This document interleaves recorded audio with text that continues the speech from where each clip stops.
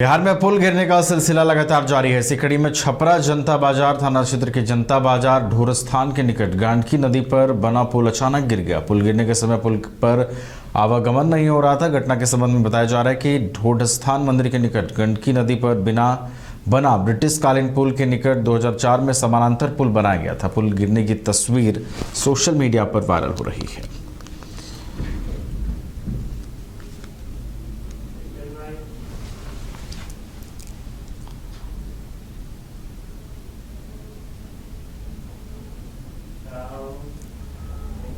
बिहार में जमीनी विवाद अपराध का बड़ा कारण है। बिहार सरकार जमीन विवाद को जड़ से समाप्त करने के लिए जमीन के विशेष सर्वेक्षण हेतु कर्मचारियों की नियुक्ति की गई है। यह बातें बिहार सरकार के डिप्टी सीएम विजय सिन्हा ने मुजफ्फरपुर के लंगट सिंह कॉलेज परीक्षा भवन में राजस्व और भूमि सुधार विभाग द्वारा आयोजित कार्यक्रम में कही। सर, आज नियुक्ति पत्र बांटी गई है। देखिए, भूमि राजस्व विभाग के माध्यम से आज जिन लोगों को जमीन के हकीकत और सच्चाई को सर्वे कर करके लोगों के जमीनी झगड़ा को समाधान करने के लिए बिहार के माननीय मुख्यमंत्री नीतीश कुमार जी का निर्देश जो मिला है और ये नियुक्ति की प्रक्रिया भी आगे बढ़ी है। बिहार में हमारे नौजवानों को इस तरह के नियुक्ति पत्र अब लगातार मिलेंगे और हमारी जो समस्याएं पहले से ठहरी हुई है उस समाधान की ओर आगे बढ़ेगा। भूमि विवाद काफी इससे होता था, क्या अब समाधान की उम्मीद लगाई जा सकती है? निश्चित तौर पर एक सकारात्मक प्रयास है। इसका असर आने वाले दिनों में दिखाई पड़ेगा। मधेपुरा के झल्लू बाबू सभागार में राजस्व और भूमि सुधार विभाग की ओर से विशेष सर्वेक्षण और बंदोबस्त कार्यक्रम के तहत विभिन्न संविदा के पदों पर BC-ECB के माध्यम से नवनियोजित विशेष सर्वेक्षण सहायक बंदोबस्त पदाधिकारी कानूनगो अमीन और लिपिक को नियुक्ति पत्र दिया गया। ग्रामीण विकास मंत्री और जिले के प्रभारी मंत्री श्रवण कुमार ने नवनियोजित 98 पदाधिकारियों को नियुक्ति पत्र सौंपा।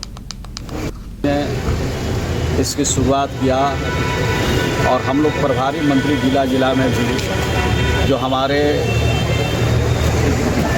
पात्र अभ्यर्थी हैं जिनको नियुक्ति पत्र दिया गया है, उनके हौसला को अफजाई किया है, उनके मनोबल के बढ़ाया है, उनसे अनुरोध भी किया है कि आपको जिस काम में लगाया जा रहा है वो कठिन काम है। इस काम में पूरी मेहनत के साथ, लगन के साथ, उत्साह के साथ इस काम को आप निष्पादित करेंगे तो समाज में आपका इज्जत बढ़ेगा।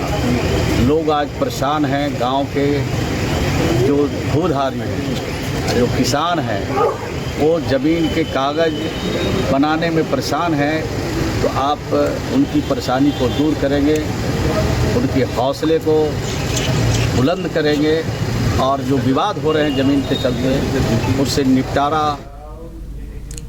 बिड़ला मंदिर के नाम से जाना जाने वाला श्री लक्ष्मी नारायण मंदिर के जीर्णोद्धार के बाद पहले दिन कलश यात्रा निकाली गई, जहां भारी संख्या में श्रद्धालु केबल टाउन पहुंचे। मंदिर के संयोजक विधायक सरयू राय ने कहा कि मंदिर के जीर्णोद्धार के बाद प्राण प्रतिष्ठा के लिए शुरू किए गए कार्य के पहले दिन श्रद्धालुओं की उपस्थिति से ये पता चलता है कि लोगों में काफी उत्सुकता और प्रसन्नता है। पिछले 30 वर्षों से यह मंदिर जीर्णोद्धार की प्रतीक्षा कर रहा था। अब 7 जुलाई तक प्राण प्रतिष्ठा होने के बाद सभी ओर से श्रद्धालु यहाँ पर पूजा अर्चना को पहुंचेंगे।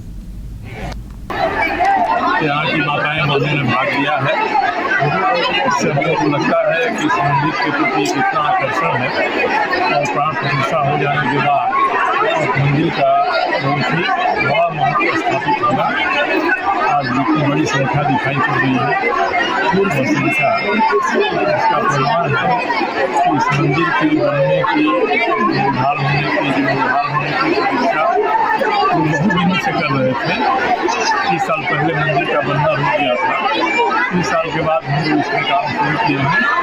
आज जल यात्रा है, 5 दिन के बाद जब स्थापित हो जाएंगे प्राण प्रतिष्ठा के साथ लक्ष्मी नारायण, तो मुझे लगता है कि ये मंदिर एक ऐतिहासिक स्थान होगा, एक धार्मिक पर्यटन का भी स्थान होगा और आकर्षित करेगा लोगों को अपनी तरफ। हम लोगों ने भी तय किया है। धनबाद मंडल का राजस्व में बढ़ोतरी को लेकर क्षेत्र में उल्लेखनीय योगदान रहा। धनबाद मंडल द्वारा वित्तीय वर्ष 2024-25 के प्रथम तिमाही में अप्रैल से जून तक रिकॉर्ड 48.71 मिलियन टन का लोडिंग किया गया, जो पिछले वित्तीय वर्ष 2023-24 के प्रथम तिमाही में किए गए 46.03 मिलियन टन की तुलना में 5.82% अधिक है। साथ ही धनबाद मंडल को चालू वित्त वर्ष की प्रथम तिमाही में किए गए माल ढुलाई से कुल 6,777.31 करोड़ रुपए की प्रारंभिक आय की प्राप्ति हुई है। जून के महीने में करीब 16.40 मिलियन टन की लोडिंग की है, जो कि पिछले साल की इसी अवधि के 14.84 मिलियन टन से करीब 10% ज़्यादा है। और क्यूमुलेटिव में हम लोगों ने अभी तक जो लोडिंग करी है वो करीब 48.71 मिलियन टन किया है, जो कि इसी अवधि के पिछले साल के से करीब 6% ज़्यादा है।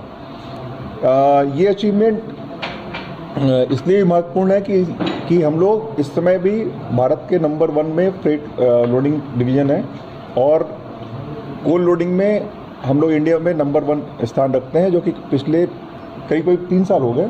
3 साल से हम लोग अर्निंग के फ्रंट में भी हम इस पीरियड में रहा है। अर्निंग में हम लोग का जो फ्रेट का जो टोटल अर्निंग रहा है वो करीब 2197 करोड़ रहा है, करीब 2200 करोड़ रुपए है, जो कि पिछले साल की इसी अवधि से करीब 10% ज़्यादा है। और सिमिलरली जो क्यूमुलेटिव अर्निंग है वो 6450 करोड़ रही है, जो कि इसी पीरियड के अर्निंग से करीब 5% ज़्यादा है। तो फ्रेट और अर्निंग के मामले में भारत में नंबर 1 पे इंडियन रेलवे में हम लोग धनबाद डिवीजन ने अपना स्थान मेंटेन किया है। एयर प्रोटेक्शन के लिए रेलवे ने क्या किया है, FDSS एंड FSDS, ये 2 सिस्टम इंट्रोड्यूस किए हैं AC कोचेज़ में as well as pantry car and power car में, ताकि आग लगने की संभावना में इमीडिएट कार्रवाई हो सके और आग ना लगे। Apart from the regular maintenance, जिसमें हम लोग आग के सभी संभावित स्रोतों को ख़त्म करते हैं। साथ ही एक बाउंड्री वॉल के बारे में आप लोगों से एक इंटरेक्शन हुआ कि बाउंड्री वॉल में आप लोग उसके माध्यम से अपील की गई कि बाउंड्री वॉल की जो इंटीग्रिटी है उसको लोग पब्लिक रिस्पेक्ट करें और बाउंड्री वॉल को ब्रीच ना करें, क्योंकि उसमें से न केवल आदमी बल्कि एनिमल भी आते हैं और जिससे CRO होने की संभावना बढ़ती है और जो भारतीय रेल की महत्वाकांक्षी योजना 160 kmph की वो अफेक्ट होती है, क्योंकि 160 kmph में CRO होने की अवधि में काफ़ी कुछ बड़ा खतरा होता है, जन माल की हानि हो जाती है। साथ ही कुछ इंटरेक्शन DC लाइन के बारे में हुआ है। DC लाइन के बारे में आप लोगों को फिर से एश्योर किया जाता है कि हमारे जो CCRS साहब ने जो भी पैरामीटर्स बताए हैं सेफ्टी के लिए, वो हर महीने senior DSO along with team and maintenance team jointly inspect करती है और देखती है कि कहीं पर सेटलमेंट हो रहा है या नहीं हो रहा है। अगर हो रहा है तो उसके बारे में ज़रूरी कार्रवाई करती है। मोटा मोटी सेटलमेंट नहीं हो रहा है और पिछले 2 साल से लगातार मॉनिटरिंग चल रही है, उसमें कोई भी ऐसा अनसेफ चीज़ नहीं आई है। तो DC लाइन के बारे में जो हमें पुनः चालू करने में जो कंडीशन दी गई थी उसका अक्षरशः पालन किया जा रहा है। इसके लिए एक हॉलीडे स्पेशल। बोकारो के चास थाना क्षेत्र के कुंवर सिंह कॉलोनी में एक विवाहिता अपने बच्चे को लेकर दरवाजा खटखटाती रही, लेकिन ससुराल वालों ने दरवाजा नहीं खोला। दरअसल BTPS की रहने वाली प्रियंका कुमारी की शादी कुंवर सिंह कॉलोनी के बबलू सिंह के साथ 2022 में हुई थी। पीड़िता के अनुसार पति सहित ससुराल वाले उसे दहेज के लिए प्रताड़ित करते थे, जिससे परेशान होकर वो अपने मायके चली गई। जब वो ससुराल वापस आई तो ससुराल वालों ने दरवाजा नहीं खोला। मायके वालों का आरोप है कि शादी के समय 10 लाख रुपए दहेज दिया, लेकिन उसके बाद 4 चक्का की मांग कर उससे प्रताड़ित किया जाने लगा। हम अपना लड़की की शादी दिए हैं यहाँ पर ही। मेरा घर है बोकारो थर्मल BTPS। इसको 10 लाख दहेज दिए, उसका बावजूद भी मेरा बेटी की इतना टॉर्चर ये लोग करता है, यहाँ तक कि मारती है सब मिलके। ननद समझ नहीं, इतना गंदी ननद सब है, मारती है। ससुर होकर इसको मारता है, सास इसको गाली देती है, खाना तक के नहीं देती है। लोग बताइए, कोई लड़की के सुख के लिए देता है कि दुख के लिए? हम 24-25 साल के लड़की करके पोस के भेजे इसको मारने के लिए। मेरा शौक है हमको जाने का अपना मायके। हम अपना लड़की का 2-3 बार यहाँ से टांग के कॉलोनी के भी आदमी। अभी क्या समस्या है? 1.5 साल से मई में ले गए थे लड़की के, इस बाबू मेरा पेट में था। ये लोग दिखाया नहीं, एकदम चलने की शक्ति नहीं था। कॉलोनी के भी आदमी सब देखे, ऐसा बात नहीं है। ले गए यहाँ से, नहीं ये लोग जाए। बच्ची के मेरा ससुर होकर मारने चला। बच्ची मेरी भागी धरपड़ा घर में अपना रूम में जाकर बंद हुई। बंद होने के बाद में इसका हस्बैंड आया। इसका हस्बैंड भी कहता है, क्या किया मेरा बाप? तुमको नहीं किया मारने। अगर जो मेरा बाप मार के भी माई बिक देगा बहन भाई, तो हम कुछ नहीं कर सकते। जो कहेगा वो डिसीजन हम लेंगे। माई बाप जो अगर कहेगा कि मेरे लिए जान दे दो, तो हम जान भी दे देंगे तुम्हारे लिए। मेरे पास कुछ भी।